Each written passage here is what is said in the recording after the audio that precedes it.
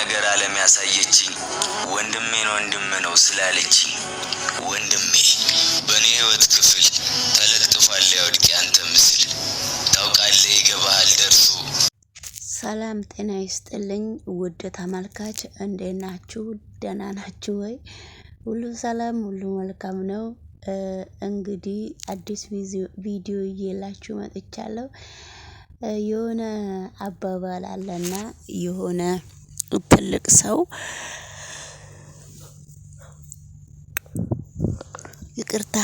የሆነ ትልቅ ሰው ሁኔታክን አይቶ አንዳንድ ጊዜ ያ ትልቅ ሰው ምን ይላል መሰላችሁ ጋይስ? ሴትየዋ አወቀች ስትባል መጽሐፍ ቅዱስ እጥብ በርግታ ቁጭ አረገችው አሉ። እንግዲህ ሙያ ያለውና እውቅና ያለው ሰው ያነብና መጽሐፍ ለምሳሌ ሙሉ በሙሉ መጽሐፍ አይጨረስም አይደለ? ቀስ በቀስ የራሳችሁን ስራ ስትጨርሱ የአይምሮ እረፍት ስታገኙ የሆነ ውስጣችሁ የሆነ ስሜት ሲሰማችሁ አንዳንድ 5 መስመርም 6 መስመርም እያነበብን የሆነ ምልክት እያረግንበት እንሄዳለን። ከዛ አሁንም ትዝ ስለን ሄደን እናነባለን።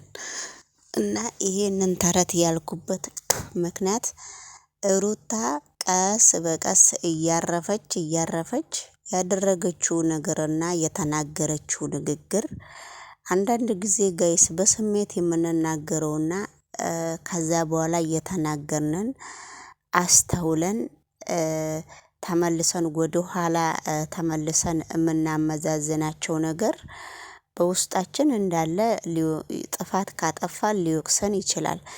ጥፋት ደግሞ ካላጠፋን ምንም አይምሯችን አይይዝም ማለት ነው። እና ሩታ ያረገችውን ነገር ስትለመን ስትል በቤተሰቦቹም ስትለመን እምቢ ብላ እንግዲህ ያው ሩታ እየፈረጠጠች ነው። እሱ ደግሞ በጣም ውሻ እያረጋት ነውና ዛሬ ደግሞ ኤፍሬምንና አብርሽን አስታርቃለሁ ብላለች። ወይ ጋድ ረዲው ገዳ ስንት ጉድ ነው! ኧረ ስንት ጉድ ነው ገና የምናየው። እንግዲህ ቆይ እንደ አብርሽና ሩታን አስታርቃለሁ ብላ መጣ። ሰውዬው እንዴት አባቱ እንደሚገላምጣት ትከሻውን ነቅነቅ ያረጋሉ። ደግሞ የእነሱን ፎቶ የገና አብሮ ሲገናኙ ሁሉ ዛሬ ከቶክቶክ ላይ ተፈልጎ በቃ እየተፖሰተ ነው።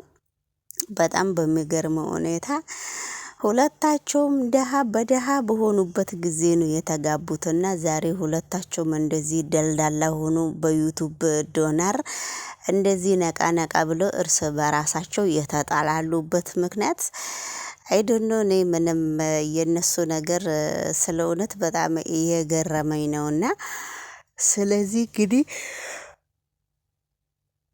ይቅርታ አድርጉልኝና በቃ አንዳንድ ነገሮች እየደበሩኝ ስለሆኑ ያዛገኛልና ለዛ ነውና እንግዲህ አስታርቃ ሞታለች። እዚህ ጋር የራሷን ኑሮ የራሷን ልጅ ይዛ በብዙ ነገር በዚህ ሳምንት ውስጥ እየተመላለሽ ነው። አንቺ ያቀርሽውን እቅድ እችለዋለሁ፣ ምንም ችግር የለውም። አንቺ ደግሞ ከመቼ ወዲህ ነው ከኛ ቤተሰብ ውስጥ አንቺ አስታራቂ የሆንሽው? አንቺ ማን ስለሆንሽ ነው? እኔ ወንድሜን በጣም የምወደውና በጣም የማከብረው ወንድሜ እስከሆነ ድረስ እኔ አንቺ አለሽ ቢኖር እኔ ምን ስለሆንሽ ነው በእኛ መካከል አንቺ የምትገቢው? አንቺ እንዳለሽ ባቅ ኖሮ አልመጣምና ኤፍሬም ደግሞ ብቻውንም ቁጭ ብሎም ወይ ያለበት ቦታ ቁጭ ብሎ ደውሎልኝ ስልክም አንስቼለት በስልክም ይቅርታ አረግለታለሁ። ነገር ግን አንቺ ምን አግብቶሽ ነው በእኛ ቤተሰብ? ስለዚህ ከአንቺ ጋራ ምኖር ያለው ለምንድን ነው? አይቼሻለሁ፣ ሁሉንም ነገር እያየውሽ ስለሆነ ስለዚህ መንፋለገሽ ነው? ምንድን ነው ምክንያት መንፈጥረሽ ነው በየቀኑ እየቀጠርሽኝ እየመታመጭኝ? ስለዚህ እኔና አንቺ ጨርሰናል ብሎ መልስ ስሰጣት እንግዲህ ሩታም ማን ስለሆንክ ነው አንተ እንደዚህ ብለክ የምትናገረው? እግዚአብሔር ነህ እንዴ አንተ? ራስህን ለምንድን ነው የምታካብደው? ብለዋለች። ነገር ግን እንግዲህ በዛን ጊዜ ሩታ መቼም በእጇ ትንሽ ትቸኩላለች እና በጥፊ ታጦዘዋለች ብዬ እየጠበቅኩ ነው። ከዛ ሩቷም ተናግራ ስትጨርስ እንግዲህ ኤፍሬምም ሩታ እያለችውን ነገር ነው፣ በውስጤ ያለውን ነገር ነው እየመለሰችልክ። ሩታ በሷ ሰበብ እንደሆነ ነው እያሰበችው። እኔ ደግሞ ያደረኩትን ድርጊት በሷ ሰበብ አይደለም በራሴ ፍላጎት ነው። ስለዚህ ባንታና በሄርሜላ መካከል ስለገባው ይቅርታ ለጅላጅንፎም። ስለዚህ እኔን አይደለም ይቅርታ ማለት የኔና ያንተ ምንም ችግር የለውም። አንተ ይቅርታን ማለት ያለብህ ሄርሜላን ነው። ሄርሜላን ተንበርክከህ በጉልበትህ ቆመክ ይቅርታ መጠየቅ እንድትጠይቅ ነው የምፈልገው ብለዋል። እንግዲህ ኤብርሽ ልበለው አብርሽ እንግዲህ ይሄን አክል የመጀመሪያዋ ሚስቱን የልጁን እናቱን ዘቅ አርግቶ እንደ ቆሻሻ አይቷት ሩታን እንግዲህ ሄርሜላን ይቅርታ መጠየቅ አለብህ።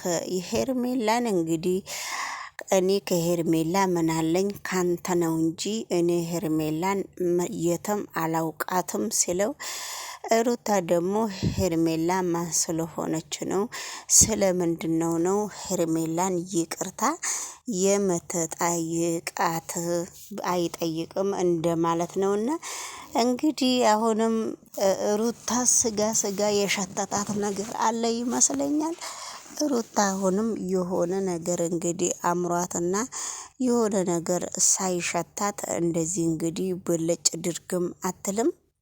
እንግዲህ አሁንም እሷ አብርሽን የድሮ አብርሽ እየመሰላት አብርሽን በትዕግስትም እንግዲህ በጸሎትም አብርሽን እየተማመነችው ነው። አብርሽ ግን ወደሚሄድበት ሄዷልና ስለዚህ የአብርሽ ልብ ከእንግዲህ በኋላ እነ ዳኒና እነ ሜሪን ተጠይቃቸው እነሱ ናቸው ትዳርን እንደዚህ ብስቅስቅል እያደረጉትና ውድ ተመልካች። ስለዚህ እንግዲህ አሁን ካሁን በፊትም ቀለበት ሲያረገ በነጋቱ ነው እንግዲህ እየተራራጠች ያለችው። አሁን ደግሞ እንግዲህ ሰርጉም ይሰረጋል ብላ እውነትም አጣደፈች እየደወለች በቃ እየቀጠረች በቃ አብርሽም አሁንስ በጣም ፊቱን ተቆርቆር እያረገ በጣም በቃ ነገሮቹ በጣም ስለደበሩት እኔ እንኳን ደበረኝ ብዬ ስለነሱ ሳወራ መቶ ጊዜ ያዛጋኛልና የነሱ ትዳር ውስጥ መንፈስ ስለገባባቸው።